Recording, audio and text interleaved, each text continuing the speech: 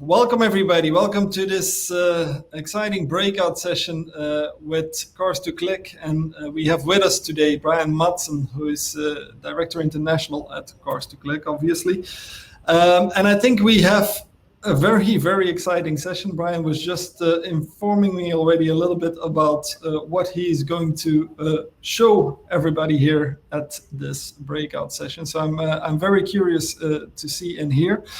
To the audience, first of all, if you have questions for Brian, please put them in the chat. And at the end of Brian's presentation, we will have a short Q&A. And I'm more than happy now to hand over to Brian, because he will explain a little bit, or how Cars2Click at least has discovered the secrets of doing effective cross-border sales with their innovative tool. So Brian, you have the floor, and we'll meet up in about 20 to 30 minutes. Okay? Thank you very much, and thank you for having this event. And I hope that this short breakout will be of some interest to people that are listening to this. If you already heard my presentations before, I've been talking about similar subjects. Then some of this you'll recognize some of this, but the main topic of today will be how we have changed the way we were doing it and made it a lot better.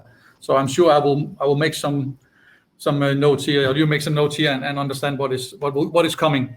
So first of all, this is going to be about cross-border B2B sales and how you can maximize your remarketing performance. And this is what it's all about. And I'm looking forward to all your questions at the end. So in the beginning, I first want to say what we decided to do when we started the company and we started working with the cross-border sales is that how can you be successful in cross-border sales? Well, the first thing you do is you need to take away all the manual work about knowing or thinking about what to do. You need to know, and in this case, it is a lot about how can we avoid emailing all our potential buyers and just throwing out the offers and potential deals, but really target what we want to, who we want to sell to, and what we want to sell. So during this presentation, I'll show you how we did this, and of course, this is about GEO pricing and GEO sales and business case model, which is completely new, and this is not what we won the award last year in the 2020 Fleet Europe. But this is an update of that version. So, okay, just an example, because I know before we go into the nitty-gritty, then it's always nice to know what's actually in this for me. And we have an example of one of our Swedish sellers who we've been working with for quite some time. And this is an example of selling 2,676 cars for them with an average sales price of a little more than 23,900. We managed to increase the price with 2.43%. Compared to what we think we would have gotten for the similar vehicle in the country, in Sweden. So this is cross-border sales increase. And that was a 581 euro increase per vehicle. That means that customer, and this is something we've done with them, we benchmark and we think that we made 1.5 million euro additional increase in profit on the vehicles that we were exporting out of Sweden. So we think that we know that based on what we've been doing, and that this is really working. And there's a lot of opportunities in looking outside the country where the vehicle is located. So just very quickly, in case you don't know, then Cars2Click, we are a car trading company, started in February 2019, and from concept to being one of the largest car traders in Europe is quite an achievement. And of course, we've been hit by COVID by everybody else. But we are now in 13 countries and will soon be in a few more.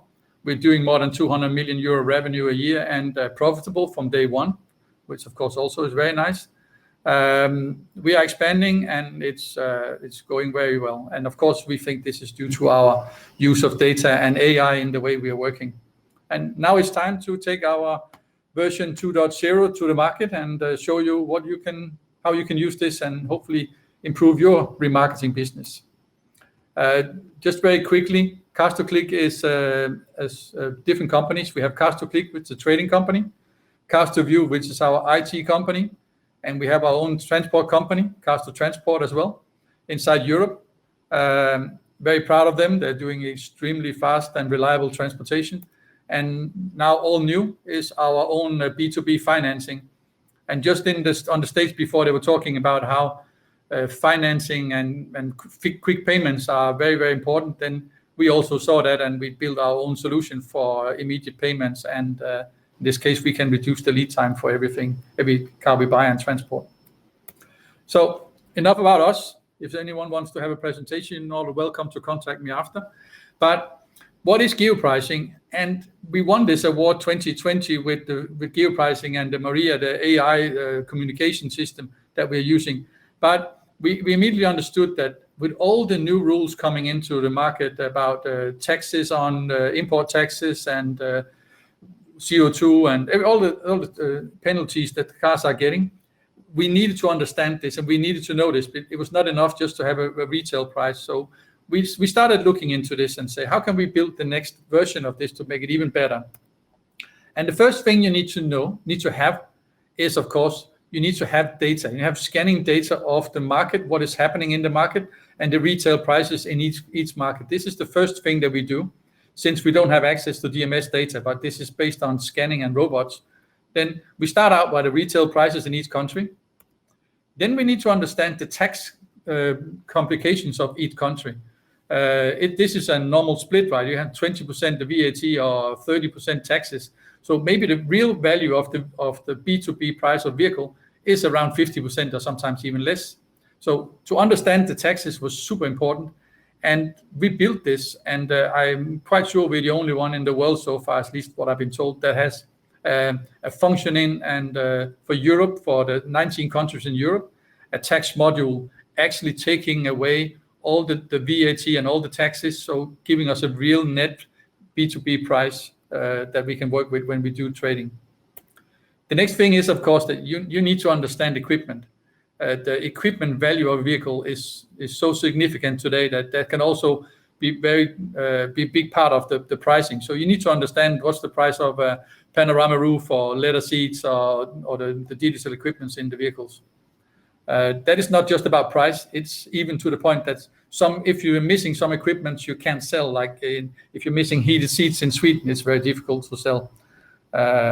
If you take the ID.4s without heat pumps, it's also very difficult to sell in some countries. So this is something that is really important, and to build an engine, an artificial engine to understand and price all the equipment is something that has been taking some time. Okay, the other thing is that the cars when we talk about cross-border sales, the vehicles are located in different countries, and we therefore also need to understand what is the implication of transport cost. If a vehicle is located in Spain, what if someone wants to buy it in Sweden? Then of course the cost is higher than if someone wants to buy it in France. So we also need an engine for that, and not less damages.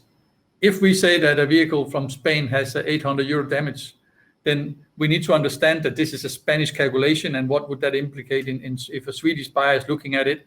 That is one way where we actually increase the cost of damage. The other way is that we also see that in some countries, they actually like to buy cars with high damages or high amount of damages, but their price is less when they bid on the cars, when they want to buy. So we can actually get a higher price for a car with a lot of damages. We need to look in the damage and have a matrix for that. We made some tests with some leasing companies, and we learned that quite fast, that we thought that we would get less paid than we actually ended up getting paid, or they got paid. So damages is also something, and we created a matrix for this. So in some countries, we will actually value, when we do the business case, we will actually value the damages less in this.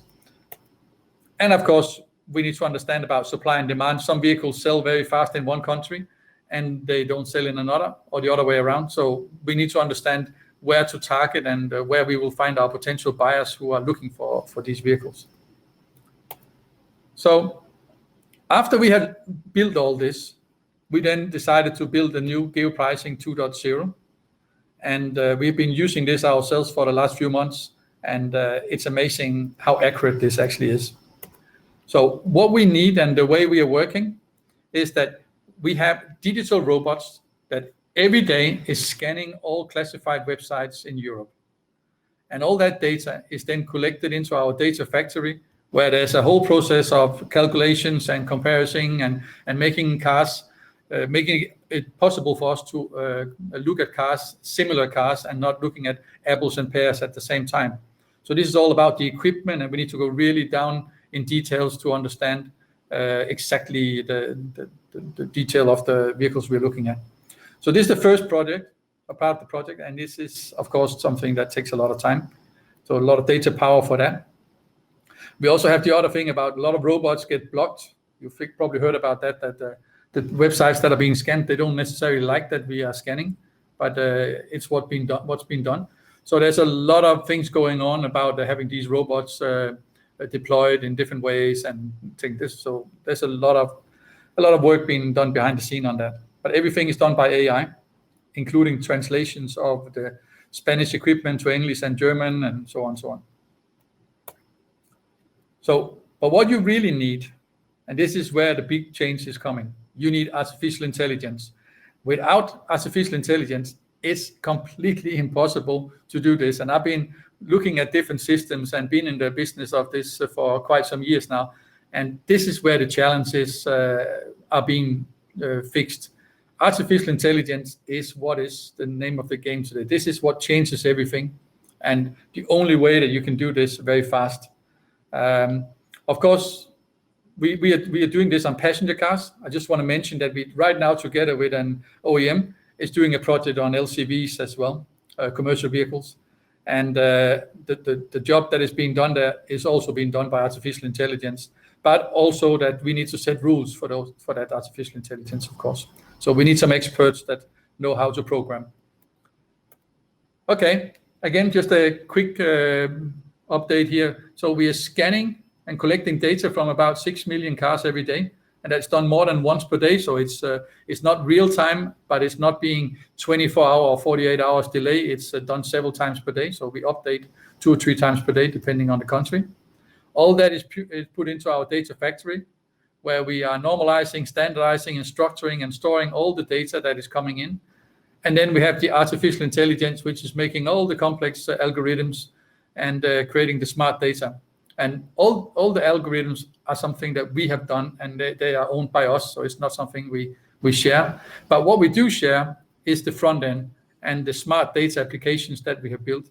And that is GEO Pricing, which gives you the B2B price per country, but also GEO Sales, which tells you which country, how many vehicles are being sold per month, how many vehicles are for sale, and the sales factor that we are using for this. And then last but not least, you can actually give us a file with thousands of cars, and you will get a business case back on each of your vehicles for each of the countries that we are scanning. And the business case is something that gives you an insight to what to do and how to target your audience. So just a quick example here.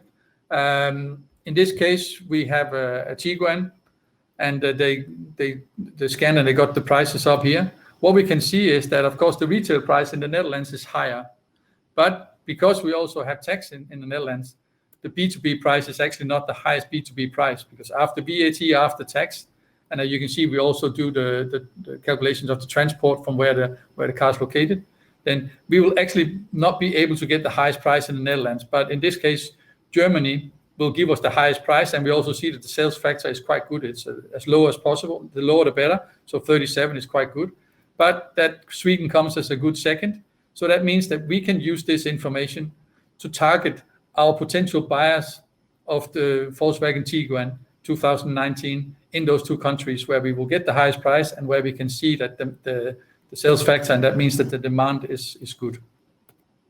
So the way we work, and the way you can work with this as well, is that GEO Pricing tells you the price, GEO Sales tells you where to sell, and GEO Match is then where our artificial intelligence can use to identify the potential buyers.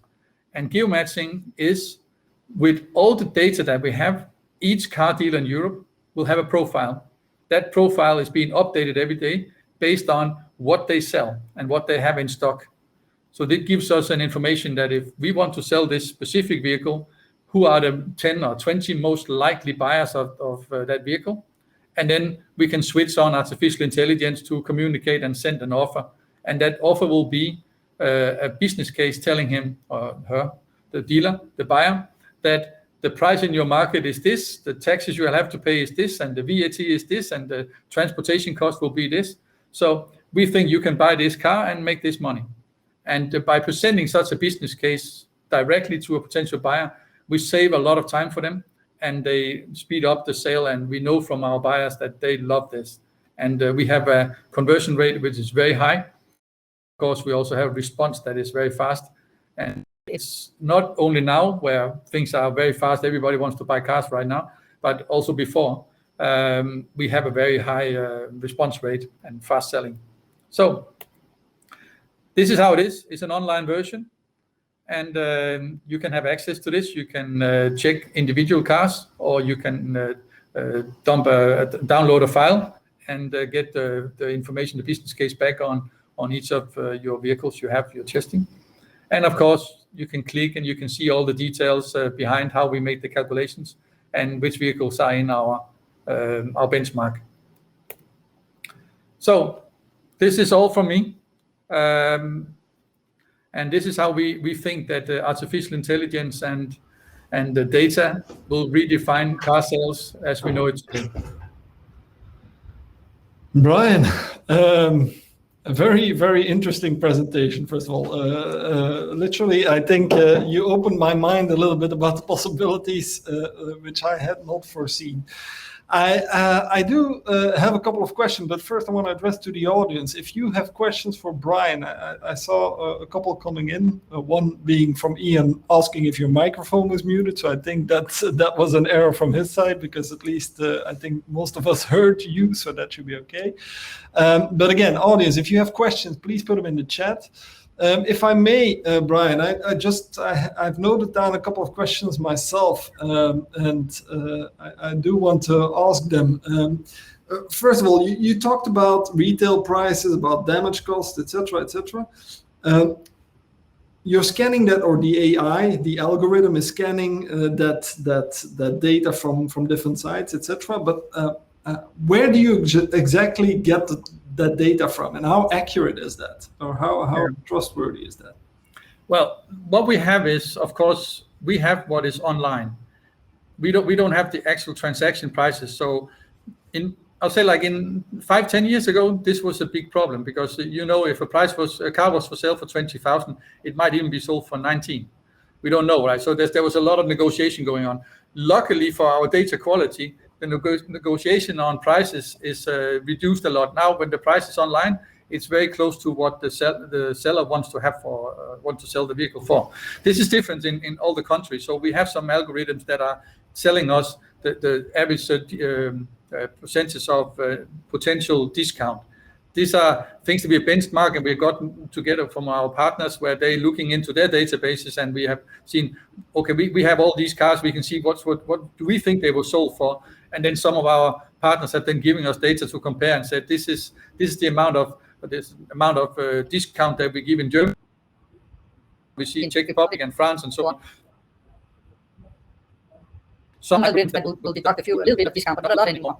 We see that the prices online are very, very close to what's actually been in the transaction as well.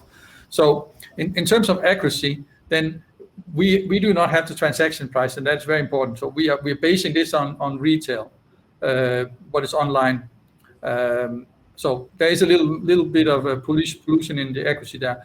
But what is more important when it comes to accuracy is not just the retail price. It's actually understanding how a vehicle is priced. If it's priced above what is being sold or below what is being sold. So we are looking into, we have some algorithms that are online right now, and what has been sold for the last 20, 30 days. The actual price.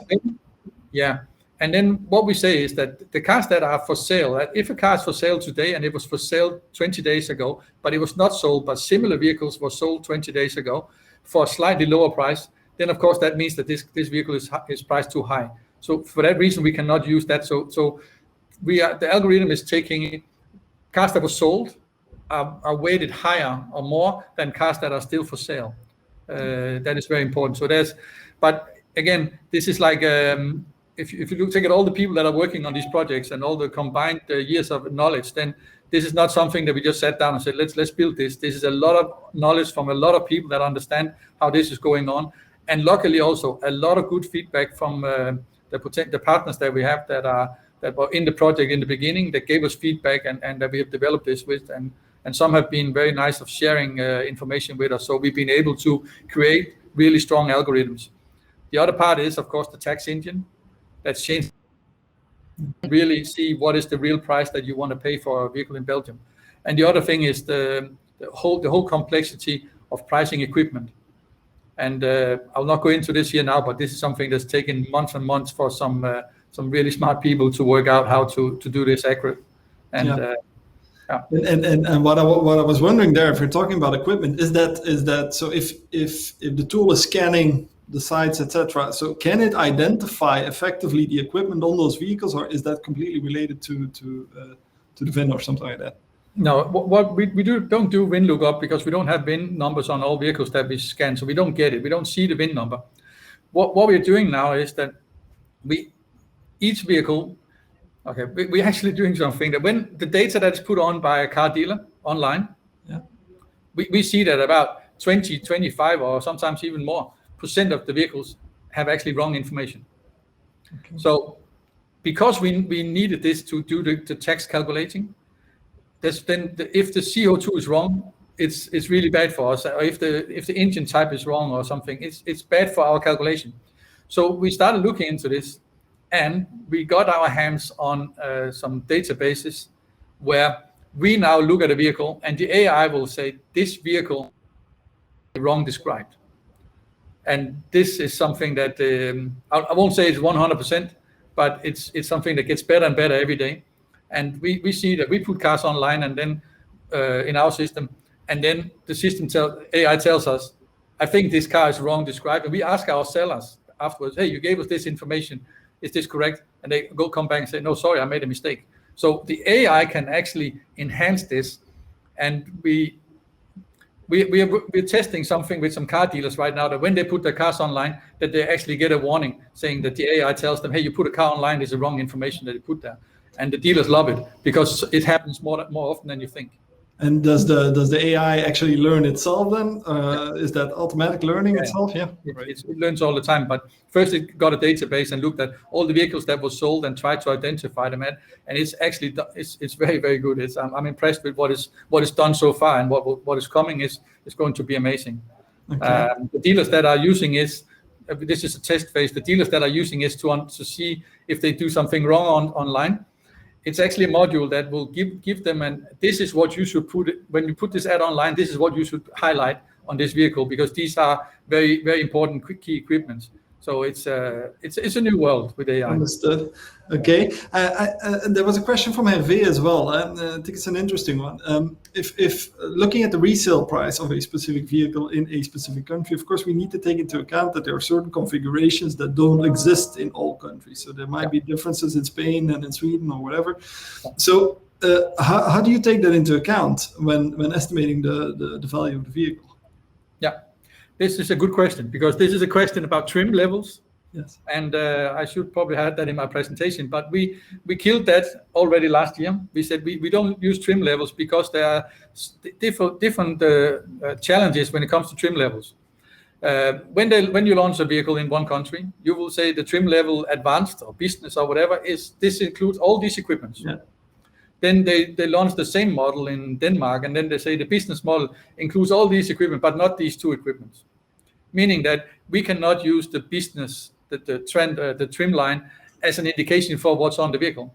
We even had an example where we had some Audi Q5s that came from Portugal, and in the standard configuration of that vehicle, you have heated seat. These cars from Portugal did not have heated seats. So if we would have gone on, okay, this is a standard model, this is what in the equipment, this is what on the equipment as standard model, even standard, and this is what is on the trim level, we would have made a huge mistake, and we were very close to making that mistake actually. So we were very happy that then the AI came up and said, there's something wrong between the trim level and the description you have from the seller. And we contact the seller and said, hey, you put here that you do not have heated seats. And they said, no, we removed the heated seat from the standard version. So in that case, the AI was the one that saved us from making a huge mistake, because we got the information from the seller, and then the AI said, this looks wrong. So for what we do is we don't look at trim, we look at equipment, and then we try to compare what is for sale and what is that called in Denmark, in Belgium, and so on. And this is actually, this is quite an important part of the whole project. And and this is working today. This is very good. Okay. Okay. Thank you.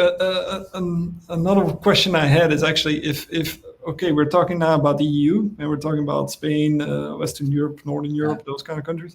What if we're looking outside the EU? Can we integrate that as well? How does that work? Yeah. Well, for the last few months, we had a new challenge in Europe, right? We have a lack of vehicles to sell. We have dealers that are screaming for specific models. So, of course, we then said, well, Cars2Click is a company that is here to take down the borders and try to see if we can and increase profitability by moving one vehicle to one location to another. And we don't want to look at borders. So when we had this challenge, one day, one of us, I don't remember who was saying this, that why are we just looking at Europe? No, now remember, it's the guy that used to work with exports. And he said, why are we only looking at Europe? We have a lot of cars coming from China. And I said, well, I don't think we should start importing vehicles like this, but let's have a look at it.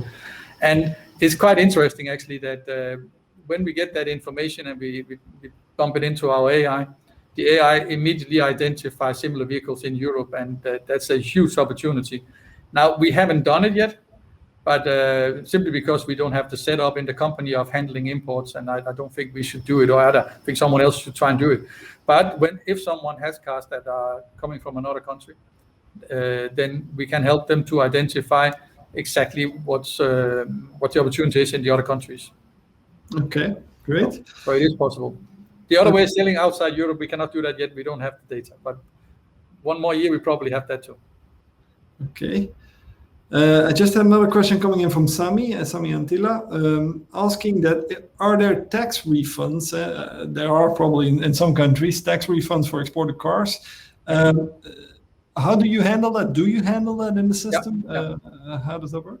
Yes. So, like in some countries, when a vehicle has been registered for 6 months or something, you get this refund, but you need to have it registered for 6 months. So that's also inside the algorithms that if you want to sell a vehicle in Denmark or Germany or wherever where you have that, then that is inside the calculation, because there's no reason if you take a vehicle and you offer that to a dealer in the market and he said, well, this vehicle is 1 month old, I cannot use it for anything because it needs to be new.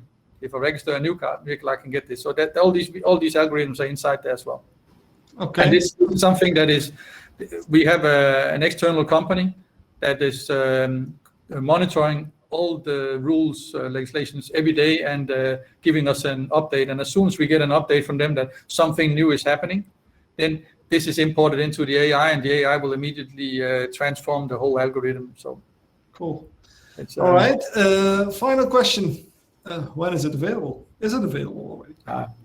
Well, it's like this. Parts of this is available, and we build it to make Cars2Click more attractive for potential sellers and buyers, of course. But we also know that it's important for a leasing company or an OEM, if they have some vehicles, to actually understand, is there an opportunity for us to export these cars to another country? So the part that is GEO Pricing and GEO Sales, where you can identify if you have an opportunity to sell in another country, is available as an online version. And that is something that we give our partners access to. The GEO Matching, and the AI, where we communicate with the potential buyers, then the vehicle has to be sold through Cars2Click. Okay. Okay, that makes sense. All right. Thank you very much, Brian. I think Thank you. I've learned a lot today. First of all, that a damaged car can be a more valuable car somewhere in Europe, so that's already good. And secondly, I think just looking at this new update of, let's say, Maria, I think it's worthwhile to give it another shot at the Fleet Europe Remarketing Award this year. You never know. We might try. You never know. But no, thank you very much, Brian. Thank you for this nice presentation. Thank you. And if anyone wants to get in touch, just send me an email or find me on LinkedIn or what you want. Okay. Perfect. All right. Thank you. Have a good day. Thank you, Brian. Thank you. Bye-bye. Bye-bye.